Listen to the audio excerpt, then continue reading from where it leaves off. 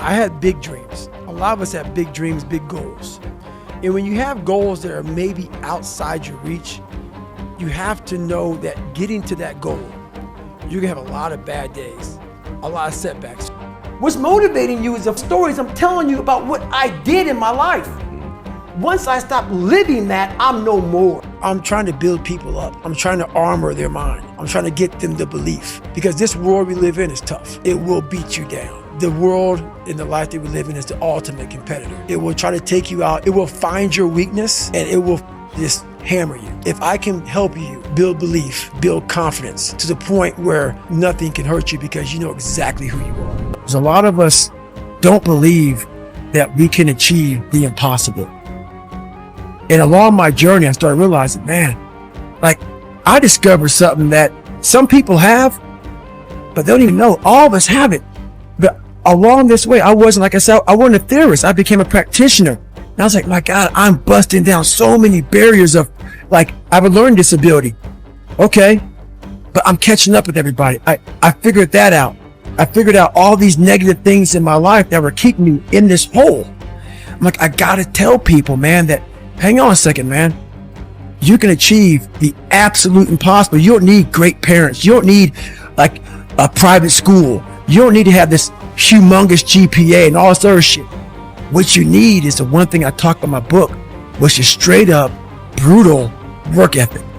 You have to be willing to outwork everybody in the world. And that's the hard part. That's the hard part. This isn't like some 5-step process where you can do these 5 steps. You're going to end up with this magical world. No, I'm basically teaching you how to callous over your victim's mentality. I'm teaching you how to, like I did 67,000 pull-ups in training for the pull-up record. So I take a lot of passion in who I am as a person. As you hear, as this podcast gets going and going and going, what you're going to do is you're going to transform me from this guy right now that's kind of chilled out in this room, David Goggins, to Goggins. And I had to invent this person. David Goggins is an introverted, soft kid that got beat up growing up and mindset had to lie to create friends, to get friends, to be accepted. The life lesson I heard, learned the hardest was that it's important for you to do the job right the first time. When I was growing up, I had a tough grandfather, and he was all about perfection the first time. And being a young kid coming from trauma, I wanted people to feel sorry for me. So I didn't really give my best effort the first time. So he didn't feel sorry for me at all. So he made me stay there until the job was done the right way. And I learned later on, if you got it done the first time, there'd be no second or third time. This is real, dude. This is real. And every day, I'm set back. So this is what I would tell your boy. This is exactly what I tell him. Every day you wake up, you're going to probably be set back for the first 4 weeks before you lose to significant weight because of the mind's going to be with you the whole time. There's no dopamine. There's no dopamine in there at 300 pounds. You got nothing. Your hormones are shot. You have to envision something that is more powerful than you. Something has to get you out of bed. And you have to create it. It has to be false. Because you're not it. You're a fat piece of shit. And that's the reality of it. So you have to create a false reality to live in that just to get to work on yourself. That's the reality. I had to miserably wake up every morning in the cold because it was Indiana, November when it started. I was miserable. This is your new life. Take it or leave it. There's no happiness about it. There's no peace behind it. It sucks. It just fucking sucks. And that's the one thing, if I could teach anybody anything, it just fucking sucks. And it's going to continue to suck. And then one day you get to a special part in your life that it might get a little bit better. But to lose the weight you have to lose, my friend, sorry, it's gonna suck every fucking day. So when I talk to people, it's not sugar-coated, because I'm not saying it from I was 175 pounds my whole life. I don't say much to those people. Maybe you're a piece of shit. Maybe you want to be nobody. Maybe you're happy exactly where you are in life, because obviously you are. Maybe you don't have the determination to be somebody better than who you are. And if you want to live with that, I'll support you in that. If you're good with being who you are, that every day you wake up and every day you smell like shit because you can't wash your body well, and your skin's messed up because your health's so bad, and you can't put your clothes on right, you need help with that. You need help, like when I was doing, I need help wiping my ass. That makes you feel good? Nothing I can say to you. If every day you wake up with this, see, people are haunted. But if you don't have a little flame, just barely, you're done. I can't light it for you.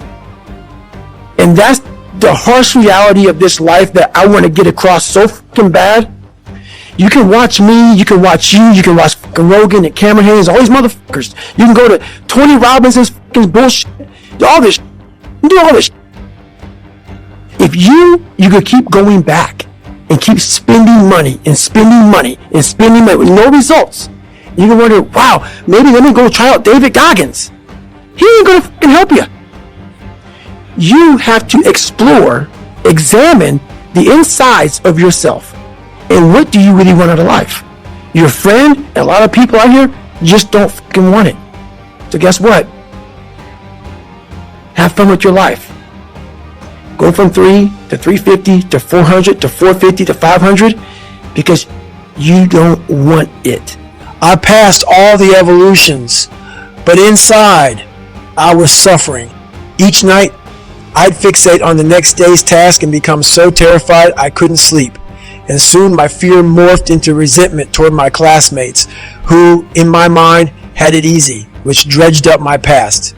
I was the only black man in my unit, which reminded me of my childhood in rural Indiana, and the harder the water confidence training became, the higher those dark waters would rise, until it seemed I was also being drowned from the inside out, while the rest of my class was sleeping. That potent cocktail of fear and rage thrummed through my veins, and my nocturnal fixations became their own kind of self-fulfilling prophecy. One more failure was inevitable because my unchecked fear was unleashing something I couldn't control. If you could define happiness for you, what would that be? It's overcoming yourself at all costs, whatever that takes. To be at the point of your life where you don't care about being judged. You can be in a room of 1 million people and they all hate you, and you walk in and you go like this. Not because you're angry at them, because you know yourself. Inside and out, and you know that you've put yourself through hell to be where you're at today. You've walked the walk, you've talked the talk, and you've walked the walk. And that's, to me, what it's all about. It's all about putting those boots on the ground and getting after it every day. And once you do that, you have a feeling about yourself that no one can ever take away or even understand. We all have one thing in common. We are here, stuck in the game of life, often subject to the whims of forces beyond our control. But we never train for it. We dedicate ourselves to external goals, whether they are rooted in fitness or school or work, as if they are isolated events, somehow disconnected from the totality of our lives, when everything we do is an opportunity to get better at the game of life itself. My life and my commitment to do what needs to be done, I am a student of life. I carry around a notebook. I keep logs. I study all the upswings and downcurrents of my days, as if the final exam is tomorrow, because we all have an exam tomorrow. Whether we realize it or not, every interaction, each task is a reflection of your mindset, values, and future prospects. It's an opportunity to be the person you've always wanted to be. You don't have to have survived trauma or become a physical beast to train for life. We've all been challenged physically, emotionally, and intellectually, and we've all failed. Don't be shy about digging through your lost archives. No matter how irrelevant those experiences seem now, they count because they were all dry runs for whatever comes next. This awareness that everything we do is merely training for the next episode is like a filter that expands your perception. When you get assigned something at work or school that you don't want to do, step into a conflict you didn't see coming, someone close to you gets sick or dies, or a relationship falters, you will see these challenges as new chapters in life's textbook, which you can study to make sure that the next season of loss won't be such a kick in the knees. Not just for you, but more so for the people around you. We all know that training is required to make the cut in competitive sports. Get into the best schools and compete for the most coveted jobs, because that's what it takes to be prepared. Most of this generation quits the second they get talked to. You did this wrong, or they get yelled at. It's so easy to be great nowadays because most people are weak. This is a softened generation. So if you have any mental toughness, any ability, if you have any fraction of self-discipline, the ability to not want to do it but still do it. People have a hard thing understand. I hate to run. And what makes me so crazy, it doesn't anymore, is people go, well, why do you run if you hate it? What are you talking about? I don't want to take showers and eat either. I hate that too. That's a life, man. It wasn't until I changed that mentality that I became somebody. I hated going to school. So guess what? I was dumb as That's what 1 + 1 is 2. But if you can get through to doing things that you hate to do, on the other side is greatness. That's what people don't understand. By me running, I am callous in my mind. I'm not training for a race. I'm training for life. I'm training for the time when I get that 2 o'clock in the morning call that my mom is dead or something happens tragic in life. I don't fall apart. I'm training my mind and my body and my spirit so it's all one, so I can handle what life is going to throw at me. Because the life I've lived, it throws a whole bunch at you. And if you're not physically and mentally prepared for that, you're just going to crumble and you're good for nobody. You said I can be me. The second you said I can cuss and be me, and cussing, people say, man, you cuss all the time. Why? Well, I hate to say it, the best way for me to get how I feel across, I can't sit here and say, you know what, yeah, I went through Hell Week and man, it was really hard. No, that takes your damn soul, rips it inside out, and then they say, now we're going to start.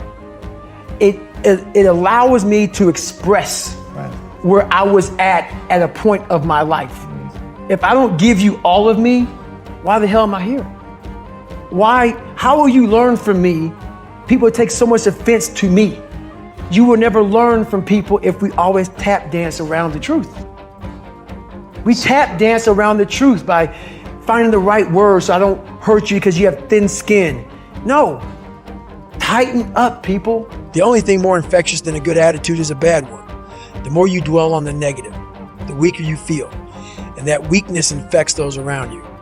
However, the reverse is also true.